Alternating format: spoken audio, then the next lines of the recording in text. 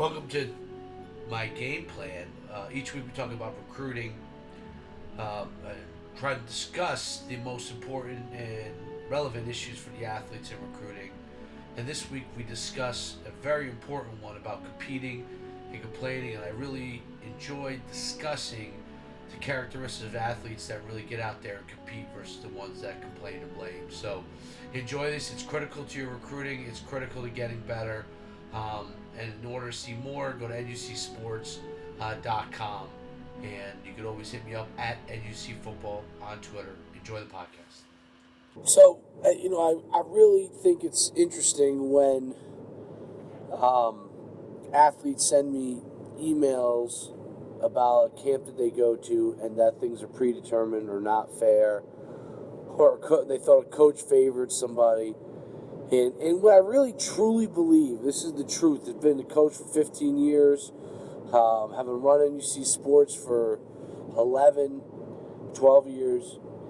I truly believe that the best football players and the best competitors never, ever complain when somebody else wins something over them. They look at it like somebody did something better or got something that they wanted, and they're going to go out and compete the next time at a more ferocious level to be the very best they can be. And I think that's what the true competitors, the guys who really want to be great, go and do. When I get an email from a parent or an athlete that says things weren't fair, I know they don't get it. Because the truth of the matter is, yes, the awards are subjective, and anyone who goes out and competes knows that awards are subjective. You should have the capacity to feel like you are somebody that deserves to win an award. But if you don't get chosen for some reason, you're not entitled to that award. You have to go out and earn it and show without a doubt that you are the best. Because if you, without a doubt, are the best, everyone will recognize. People will stand up and recognize. People will know that you're the best. When things are close, and I always used to tell my football players that never leave a game up to the referees. I always say that to them. Why do I always say that to them? Because when you leave a game up to the referees, then when you leave it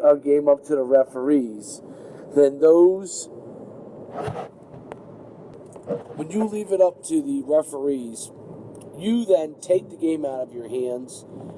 And if it's a close game, things can go out of the way. You can get bad calls against you. That's why I say you never leave a game up to the referees. And that goes for any competition or anything you're competing for.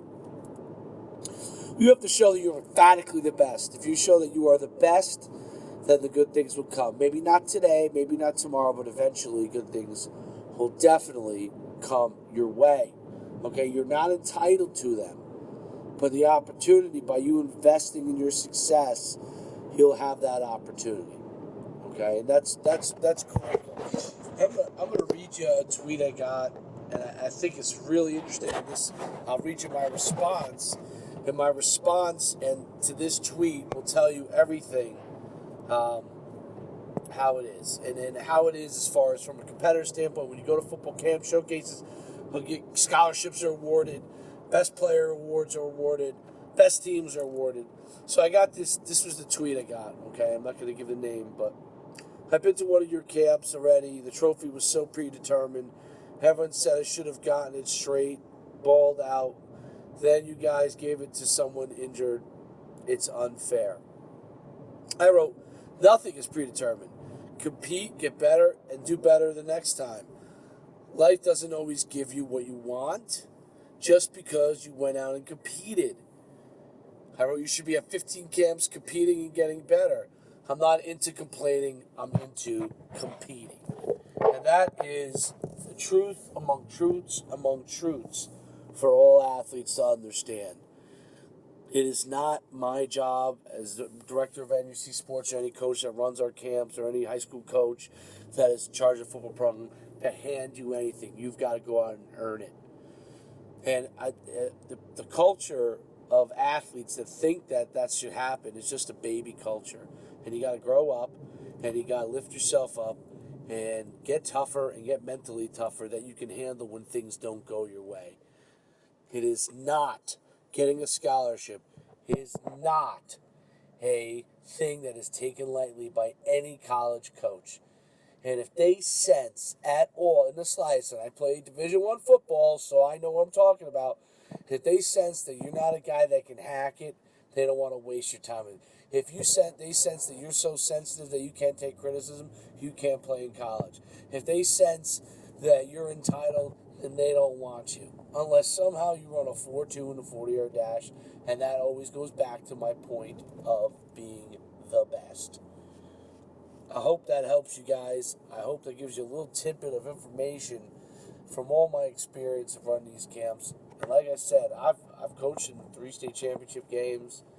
I've been assistant when we won one. As a head coach, I've been to state championship.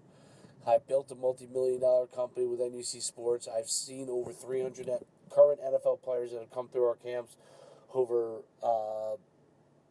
now it's somewhere in the neighborhood of close to 20,000 Division I athletes that have come through our camps. I've seen what it takes to be successful, learn from it, and go out and compete and get better. So that concludes another episode of the podcast, Recruiting Game for Life, Game Plan for Life, and it has to do with helping you, the athlete, get recruited. See me at NUC Football. If you have any questions, you have any ideas for a podcast, please hit me up there. Or you can always go to nucsports.com, register for any of our events, our showcases, camps, combines. We're here changing the game to help you get recruited.